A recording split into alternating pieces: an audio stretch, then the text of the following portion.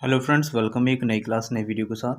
तो आज मैं बात करने वाला हूँ आपसे कॉन्स्टिट्यूशंस की, पॉलिटी में भी मैं आपको बात करने वाला हूँ संघ एवं राज्य क्षेत्र की। तो ये पॉलिटी का पहला चैप्टर हो सकता है आपके लिए, लेकिन इससे पहले भी और भी टॉपिक हैं। तो इसमें हम जो बात करेंगे अनुच्छेद 1 से लेकर 4 तक बात करेंगे। तो अनुच्छेद 1 से लेकर जो 4 तक बात करेंगे उसमें अ, तो इसमें अनुच्छेद 1 से लेकर 4 तक बात की गई है। तो ये भाग 1 है, ठीक है। तो शुरू करते हैं। राज्यों का संघ क्या है। तो कॉन्स्टिट्यूशन में क्या लिखा है उसमें देखते हैं। संविधान में भारत के प्रभुत्व संपन्न लोकतंत्रात्मक गणराज्य को राज्यों का संघ घोषित किया गया है। तो जो संविधान है, संविधान में भारत के प्रभुत्व संपन्न लोकतंत्रात्मक गणराज्य को राज्यों का संघ घोषित किया गया, ये बात लिखी है। अब ये नंबर 1 लिखा है, इसकी जो है अगर इसकी डेफिनेशन देखें तो ये संविधान का अनुच्छेद भारत के राज्यों का संघ होगा, यहाँ पे इसकी व्याख्या की गई है। तो संविधान अनुच्छेद 1 में लिखा है कि भारत राज्यों का जो है, भारत अर्थात भारत दैट इज इंडिया राज्यों का संघ होगा। तो ये बात अनुच्छेद 1 में लिखी है। तो यही बात जो है यहाँ की गई है कि राज्यों का संघ घोषित किया गया। विभाजन के पश्चात जब विभाजन हुआ तो सुदृढ़ केंद्रयुक्त संघ की स्थापना का उद्देश्य राजनीतिक एवं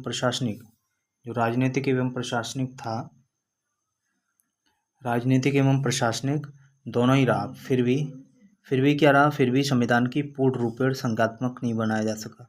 तो ये बात की जा रही है कि जब देश का विभाजन हुआ, विभाजन के पश्चात सुदृढ़ केंद्रीय संघ, तो भारत में जो संघ है उसको जो है फेडरेशन बोलते हैं। भारत की जो संघीय व्यवस्था है उसको फेडरलिज्म बोलते हैं। तो एक सशक्त यानी कि जो है स्ट्रॉन्ग फेडरेशन की स्थापना का उद्देश्य राजनीतिक एवं प्रशासनिक दोनों ही रहा। तो हम राजनीतिक रूप से और प्रशासनिक रूप से भी हम संघ की स्थापना करना चाहते थे, लेकिन हमने नहीं और अन्य चीज़ों को रखा। हमने राजनीतिक और प्रशासनिक उद्देश्यों को ध्यान में रखते हुए ही इसका जो है इसकी स्थापना की। फिर भी संविधान का पूर्ण रूपेण संघात्मक नहीं बनाया जा सका। फिर भी संविधान को पूर्ण रूप से संघात्मक नहीं बनाया जा सका, क्योंकि संविधान सभा के अनुसार संघ को फेडरल कहना आवश्यक नहीं था।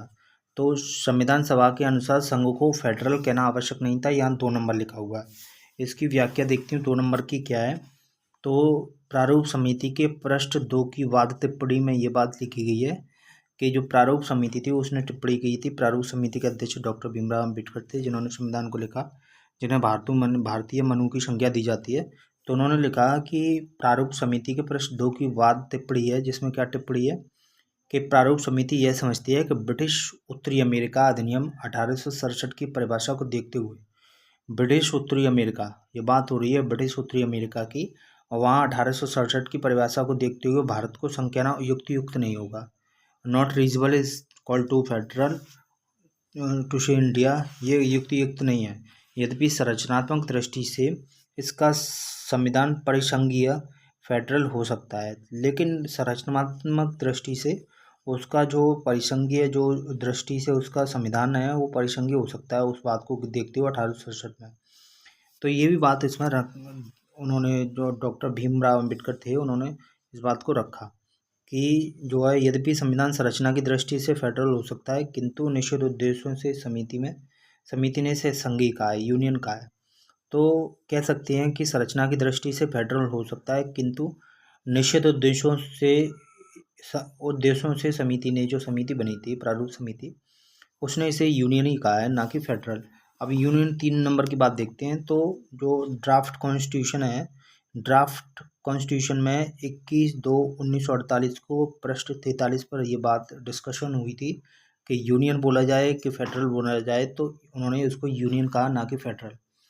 अब आगे चलते हैं और क्या बात थी इसमें कि ये तब की बात है, ये विभिन्न विद्वानों की संविधान समिति के बनने की, और उस समय की बात है कि संविधान जो बना था उसको फेडरल बोला जाए कि यूनियन बोला जाए। चूँकि हमारा चैप्टर पहला कह सकते हैं भाग 1 है, जिसमें संघ और इसके राज्य क्षेत्र आते हैं अनुच्छेद 1 से 4 तक, ठीक है। तो हम उसी की बात कर रहे हैं। आगे देखते हैं। जैसा कि संविधान सभा में कहा गया था कि ये उद्देश्य 2 तथ्यों की ओर संकेत करते हैं। कौन से? जो यूनियन शब्द के जो उद्देश्य हैं वो दो शब्दों की या 2 तथ्यों की ओर संकेत करते हैं। पहले नंबर आ नंबर की बात हो रही है कि अमेरिकी संविधान संघवाद की भांति भारत का संघवाद संघ की इकाइयों के बीच परस्पर करार का परिणाम नहीं है। पहली बात यह है कि अमेरिकी संघवाद में जो बात है, तो उसमें जो संघ की इकाइयाँ हैं उनके बीच एक क्या है कि एक करार है, एक कॉन्ट्रैक्ट है, एक संविदा है संघ की इकाइयों के बीच। वैसा भारत के अगर तुलनात्मक अध्ययन करें तो भारत के तुलनात्मक अध्ययन में ये पाते हैं संघ की इकाइयों के बीच परस्पर करार परिणाम नहीं है। तो किसकी भांति? अमेरिकी संघवाद की भांति भारत का संघवाद संघ की इकाइयों के बीच परस्पर करार का परिणाम नहीं है, ये एक बात है। तो बात हो रही है संविधान सभा में कहा गया कि ये दो देशों के तथ्य की ओर संकेत करता है। कौन सा? यूनियन। तो यह भारतीय संघ। नंबर एक तो ये हो गया कि जो अमेरिका में जो संघ बने हैं, जो संघ का निर्माण हुआ है, जो फेडरल का निर्माण हुआ है, वो जो राज्यों की संघ की इकाइयाँ हैं, यूनिट्स ऑफ स्टेट हैं, यूनियन ऑफ स्टेट हैं, तो उनके बीच जैसा वहाँ पे परस्पर करार है, उनके बीच में कॉन्ट्रैक्ट है, उसका परिणाम है अमेरिकी संघ। ऐसा भारत में नहीं है कि उनके बीच कोई कॉन्ट्रैक्ट हुआ हो राज्यों के बीच तब कहीं जाके भारत का निर्माण हुआ है। भारतीय संघ का ऐसा नहीं है। नंबर बी या 2 या 12 नंबर की बात करें, राज्यों को स्वेच्छा अनुसार संघ से पृथक होने का अधिकार नहीं दिया गया है जैसा कि अमेरिकी संविधान में है। तो राज्यों को स्वेच्छानुसार संघ से पृथक होने का अधिकार नहीं दिया गया है।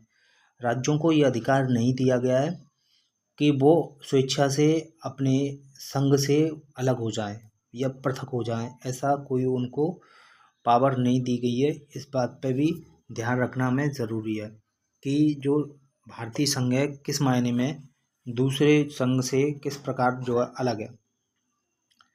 इतनी बात हो गई, अब आगे चलते हैं। डॉक्टर अंबेडकर ने संघ के शब्दों का आशय इस प्रकार व्यक्त किया है। डॉक्टर भीमराव अंबेडकर थे, उन्होंने संघ शब्द का आशय इस प्रकार व्यक्त किया है। किस प्रकार किया है? यद्यपि भारत को एक संघ होना था, यद्यपि वो कहते हैं भारत को एक संघ होना था, लेकिन यह संघ राज्यों के बीच हुए करार का परिणाम न था। वैसे तो भारत को एक संघ होना था, एक यूनियन ही होना था, लेकिन ये संघ जो है राज्यों के बीच किसी करार का परिणाम न था और न किसी राज्य को संघ से पृथक होने का अधिकार ही दिया गया है।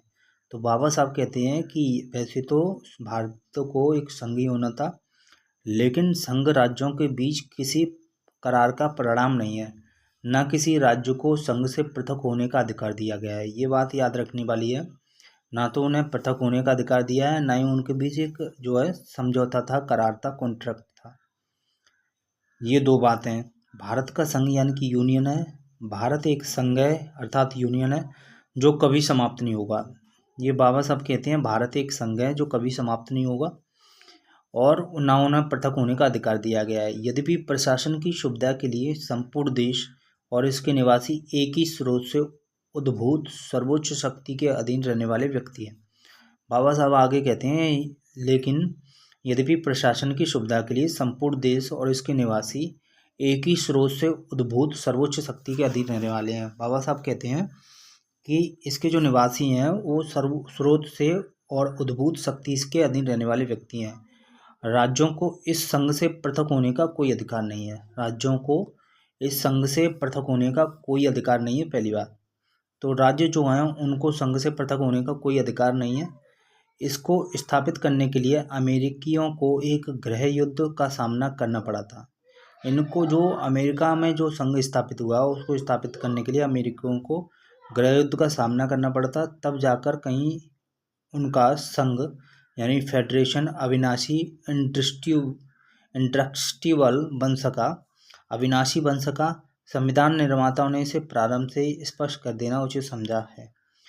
तो ये सारी बातें जो है संघ के फेडरेशन के बारे में है कि जो अमेरिका में गृह युद्ध हुआ था उसके बाद उन्हें कहीं जाके संघ का एक निर्माण किया उन्होंने और इस तरीके से संघ का निर्माण हुआ, लेकिन भारत के परिप्रेक्ष्य में ऐसा नहीं है। आगे देखते हैं, ये 4 नंबर लिखा है। तो 4 नंबर में एक वाद विवाद हुआ था यहाँ पे।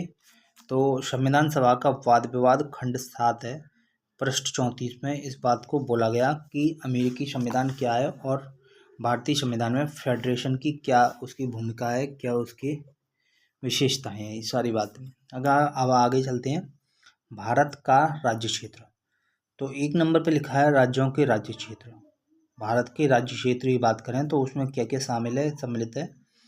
तो पहले नंबर पर आता है राज्यों के राज्य क्षेत्र, नंबर 2 पे आता है संघ राज्य क्षेत्र और नंबर 3 पे आता है सरकार द्वारा अर्जित राज्य क्षेत्र। तो पहले नंबर पे आता है क्या, संघ राज्यों के राज्य क्षेत्र, दूसरे नंबर पे आता है संघ राज्य क्षेत्र और तीसरे नंबर पे आता है सरकार द्वारा अर्जित क्षेत्र। ये भारत के राज्य क्षेत्र हैं। तो ये बात याद रखना है, ये पेपर में परीक्षा में कई बार पूछी जाती है कि भारत के राज्य क्षेत्र में क्या क्या शामिल है। तो पहले नंबर पर राज्यों के राज्य क्षेत्र, दूसरे संघ राज्य क्षेत्र, तीसरे सरकार द्वारा अर्जित राज्य क्षेत्र। अब नीचे चलते हैं, उसमें क्या इसमें व्याख्या की गई है। संविधान के 7वें संशोधन अधिनियम 1965 के, जो संविधान का 7वां संशोधन है जो 1965 में हुआ, तो संविधान के अनुच्छेद 1 में संशोधन हुआ या 1965 में देखते हैं, या 7वें नंबर 5वें नंबर पे क्या लिखा है। तो 5वें नंबर पे यहाँ लिखा है संविधान के अनुच्छेद 1 में संशोधन हुआ। तो 65 के पूर्व संघ से संबंधित राज्यों की 4 श्रेणियाँ थी। 1956 के पूर्व संघ से संबंध राज्यों की 4 श्रेणियाँ थी। तो 1956 से पहले के जो संघ था उसमें राज्यों की 4 श्रेणियाँ थी। प्रथम अनुसूची में भाग आ, बा और सा राज्य आते थे और अर्जित किए गए राज्य क्षेत्रों को भाग दा में रखा गया था। तो ये 4 श्रेणियाँ थी। तो पहली अनुसूची में या पहले जो अनुसूची थी उसमें आ, बा और सा राज्य आते थे और अर्जित किए गए राज्यों को दा में रखा जाता था। ये 1956 से पूर्व जब संशोधन नहीं हुआ था सेक्शन आर्टिकल 1 में, उससे पहले की ये बात हो रही है। ठीक है।